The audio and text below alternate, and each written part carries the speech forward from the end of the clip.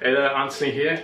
Shaking to help Parkinsonian patients. Now, there are different levels to this, obviously, depending on how sick or how affected your patient is. We'll begin with the basics, so I'll break it down. I'm going to stand slightly sideways on so that you can see. The secret with shaking is to bring the patient through it step by step, rather than giving them everything at once. Start with the very basics, just learning to just see, can they actually shake their hands, their wrists, can they make them soft, and then allowing the elbows to be driven. So not this forcing, is allowing the elbows to shake with the wrists, and then allowing the joint, what I call open and close. So it's like you're screwing the lid of a jar like this, but you're using your elbows.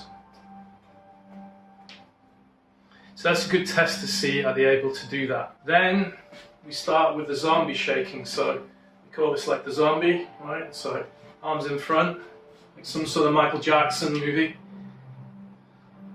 And then you try the hands above. This I call the Rave. Now, that's just to see, to test. Obviously, if they can't stand, they struggle, you can do this in a seated position. Then we want to activate their Qi, get the Qi moving. So there are many styles of Qi Gong, okay? This is one of the methods. So we get them to bring their awareness to the belly, to the tummy. And they can put the hands on there to feel that. And see, can they put the hand on the chest, and can they bring their breath to the belly?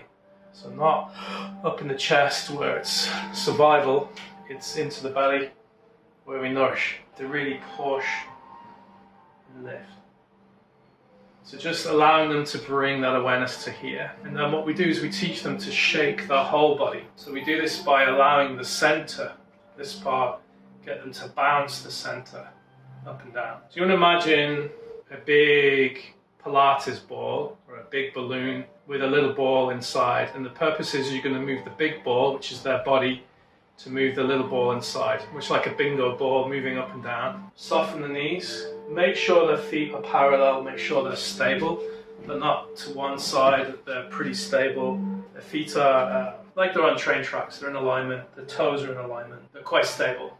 Make sure they can bring their weight slightly forward so they're more balanced, they're not in their heels where there's a risk of falling. The weight is more centered forward. And then you allow them to breathe.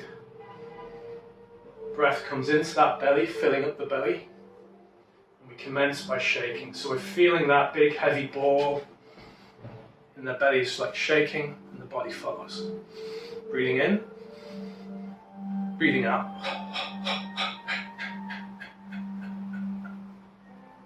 Breathing in, breathing out.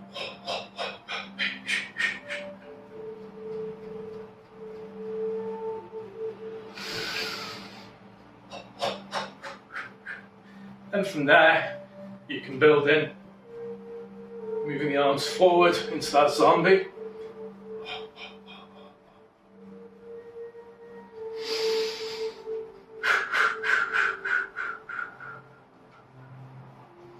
And then bring the hands above the head, same thing.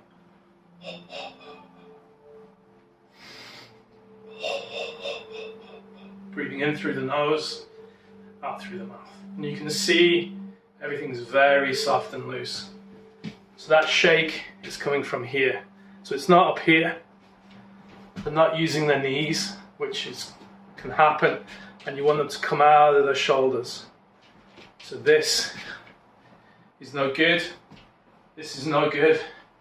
This shaking with no center movement, there's no energy there. It's just the hands. You want this down, up, down, up. But it's oscillating. It's moving the center dantian gently. You don't need to go hard. And I recommend 2 to 3 minutes a day just as a habit. Often they say if they're waiting for the kettle to boil, put the kettle on, shake. Obviously, don't do it at the bus stop. You're going to get strange looks. But, you know, start with that first, and there are variations on shaking, moving, turning, clearing. But what I believe it does is It's allowing the person to take control of their own body, of their own ability to shake.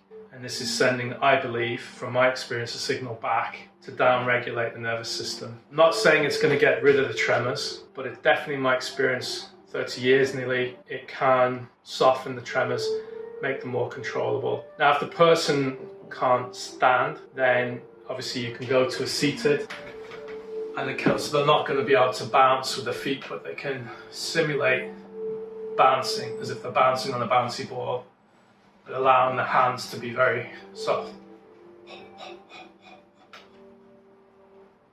So they still have to activate a little bit of their thighs, but it's like raising, falling. It's actually a little bit harder to do seated, but it is possible for them to practice a very relaxed shaking and moving.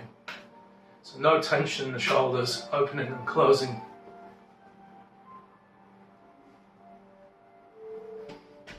Thanks very much.